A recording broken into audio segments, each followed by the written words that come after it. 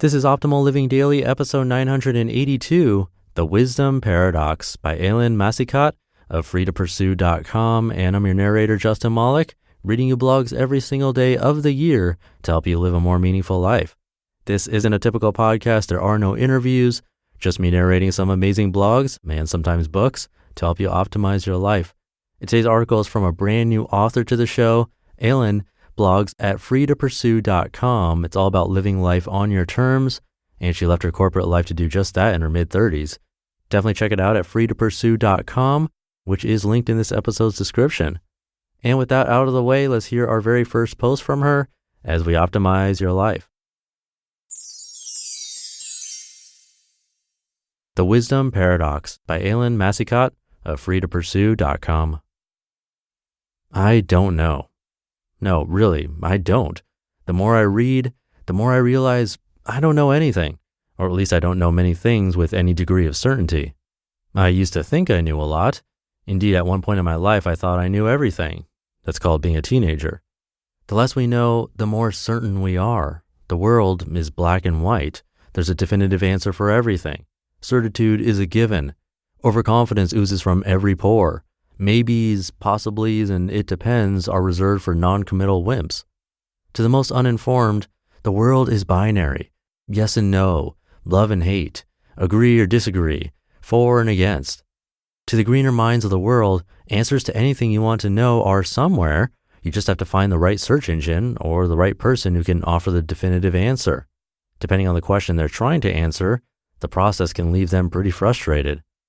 The cure lies in what I call the wisdom paradox. I was first exposed to the wisdom paradox at age 35 when I went back to school to add another major to my undergraduate degree. My sports psychology instructor said to me one day that she very much appreciated having a mature student in her class. A bit taken aback, I asked her why. She said, I'm paraphrasing here, I appreciate the fact that you know there isn't a definitive answer to every question. You know that it depends, along with whatever information qualifies it, is a reasonable answer. To students right out of high school, that's not good enough. For them, there has to be a definitive answer to everything. That comment has stuck with me for years now. At the time, I hadn't yet come to appreciate how my mind had changed from opinionated teenager to wondering, or is it wandering, adult. And it keeps changing. The more I learn, the less I know. The more I learn, the more I find myself saying, it depends, maybe, possibly, I'm not sure, I have to think about that, I don't have an opinion on that issue, or the infamous, I don't know. And I have a better appreciation now of why that is. The wisdom paradox. The more you learn, the more you are exposed to what you don't know.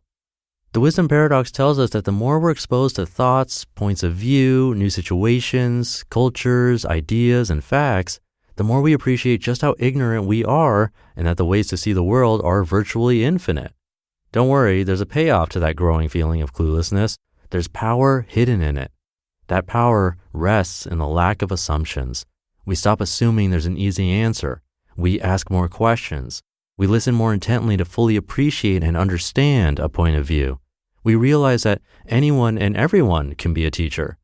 We tend to dismiss comparisons among individuals as irrelevant, or at least of little use. We're comfortable exploring a fuzzy topic, knowing full well we might never get to the bottom of it. Finally, we're more empathetic, because empathy is difficult, if not impossible, when we assume others think and see the world like we do. And so, I'll continue to bask in my incompetence, in my deficiencies, in my ineptitude, knowing full well that with every book I read, speech I hear, conversation I engage in, exposure to my own ignorance grows. I've learned to appreciate this level of awareness because it means that just as a good thriller can, the curiosity that results will always make me want to turn the page. You just listened to the post titled The Wisdom Paradox by Helene Massicotte of freetopursue.com. Come by her site, and thank you to Helene for giving me permission to narrate from her site.